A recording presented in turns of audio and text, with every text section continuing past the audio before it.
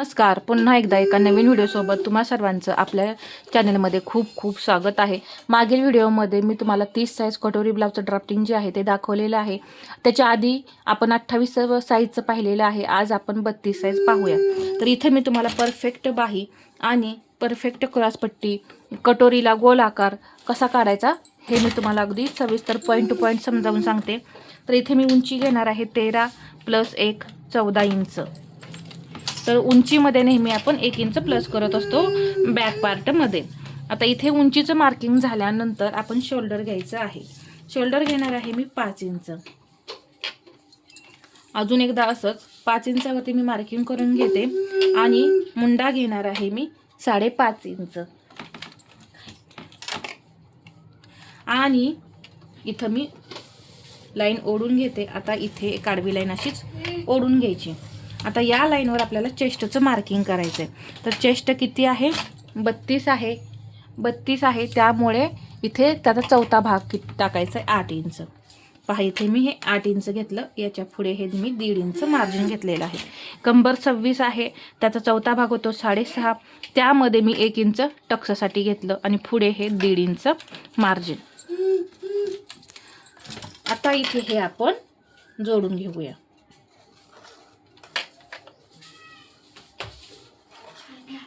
पहा या पद्धतीने जोडल्यानंतर इथं मी अर्धा इंच क्रॉस बॅक घेते. ज्यांना आकार देता येत नाही त्यांच्यासाठी पहा खूप छान अशी ट्रिक सांगणार आहे मी. अर्धा इंच घेतल्यानंतर इथून 1 इंच घ्यायचं. किती घ्यायचं? 1 इंच. आणि अशा पद्धतीने असे आकार देऊन घ्यायचे, म्हणजे हे आतल्या आत आकार तयार होतात. पहा बाहेरून आकार आपले हे जात नाहीत. हा झाला पाठीमागचा मुंडा. पुढच्या मुंड्याला आकार देण्यासाठी अर्धा इंच घेणार आहे मी आणि हा आकार असा मी देऊन घेते. दिल्यानंतर इथं गळ्याची रुंदी मी 2 इंच घेईन. पुढचा गळा 5.5 आहे, 6 इंच घेतला. इथे घेणार आहे मी 2.5 इंच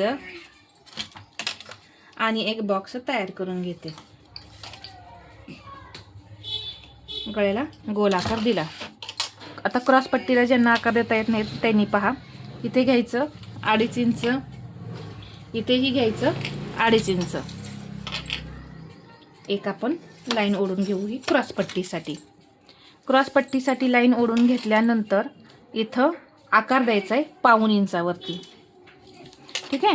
आकार दिल्यानंतर कटोरी 5 इंच, इथे एक 5 इंचावरती मार्किंग करायचं. आता इथे तुम्हाला कटोरीला आकार परफेक्ट जमत नसतील तर पहा इथे 5 इंच घेतलंय तर इथेही 5 इंच घ्यायचं. अंदाजे तुम्ही असं कधीही मार्किंग करू नका किंवा असं बाहेरून मार्किंग करू नका.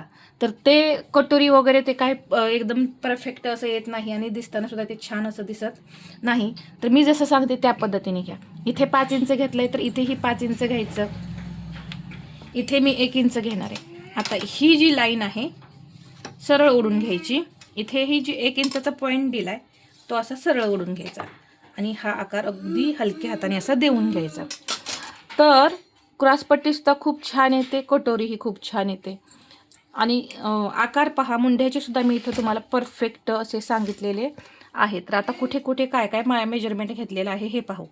उंची 13 + 1 14. शोल्डर 5, इथं गळ्याची रुंदी 2, मुंढा 5.5. इथे आकार दिलाय 1 इंचावरती आणि हा दिलाय अर्धा इंचावरती. पुढचा दिलाय आपण अर्धा इंच. छातीचा चौथा भाग 8 + 1.5 इंच. इथे कमरेचा चौथा भाग 6.5 + 1, इथे 1.5 इंच मार्जिन. क्रॉसपट्टी 2.5 इंच. इथे आकार दिलाय आपण 0.75. कटोरी घेतलेली आहे 5 इंच. इथे आकार देण्यासाठी घेतलेला आहे 1 इंच. खूप छान असे सगळेच आकार येतात. मुंढा, शोल्डर, गळा, कटोरी, क्रॉसपट्टी. तुम्ही एकदा नक्की ट्राय करा. जेवढं प्रॅक्टिस होईल तेवढं आकार खूप छान असे येतात. आता इथे आपण मोजायचं आहे मुंडा घेर. बाही कटिंग करण्यासाठी आपल्याला मुंडा घेर मोजणं गरजेचं आहे. अर्धा इंच सोडून द्यायचं इथून आणि हा जो मुंडा आहे तो आपल्याला चेक करायचा आहे. तर किती आलेला आहे? 7 इंच. तर लक्षात ठेवा मुंडा घेर आपला 7 इंच आलेला आहे. तर आपण कटोरी वाढून मग बाहीचं कटिंग पाहायचं आहे. आता इथे अर्धा इंच मार्जिन घेऊया क्रॉसपट्टीसाठी. तर हे मी इथं तुम्हाला वाढवून दाखवते, परंतु तुम्ही काय करायचं आहे ते डायरेक्ट तुम्ही ह्याच्यावरती वाढवा कपड्यावरती. आणि पाठीमागचा भाग आपण अर्धा इंचाने तिरका कट करतो, म्हणून इथे हे तिरकं थोडंसं कट करायचं, हे विसरू नका. एवढं मात्र चेंजेस आपले करायचे. इथे क्रॉसपट्टी अर्धा इंच वाढवायची आणि इथे हे आपण टक्स दिल्यानंतर भाग तिरका होतो पाठीमागचा, म्हणून कटिंग करतो. तर ते कटिंग केल्यानंतर आपल्याला तो भाग कमी होणार आहे, मग इथे सुद्धा हा भाग आपल्याला कमी करून काढायचा आहे. आता आपण कटोरी वाढवून घेऊ. आता इथे पहा आपण कटोरी वाढवत आहे. अर्धा इंच घेतलं मी या इथे घेणार आहे पाव इंच. 32 साईजसाठी आपण वाढवणार आहे कटोरी 1.25 इंचाने. इथेही मी घेणार आहे 1.25 इंच. आणि हा आकार जो आहे तो अगदी हळूहळू हळूहळू हळू असा वाढवला आणि हे जोडून घेऊ. जोडल्यानंतर हे जे आहे वाढवलेलं त्याचा सेंटर करून घ्यायचा. इथं सुद्धा मी 1.25 इंचच घेणार आहे. ठीक आहे, 1.25 इंच, 1.25 इंच आणि 1.25 इंच.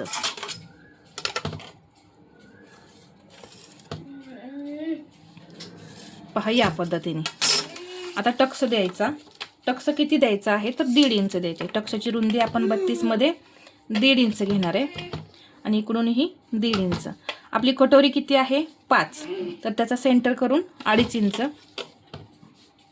आणि इथे 2.5 इंच. तर अशी टोटल आपली 5 इंचाची कटोरी तयार होणार आहे. आणि इथे घेणार आहे मी 2.5 इंच टक्सची उंची सुद्धा. लहान साईज आहे तोपर्यंत आपण 2.5 इंच टक्स घ्यायचं आहे. आता बाही कटिंग पाहूया. तर आपण मुंडा घेर पाहिलेला होता 7. ठीक आहे, मुंडा घेर आपण 7 इंच पाहिलेला. आता याच्या पुढे इथं आपण बाहीचं कटिंग करूया.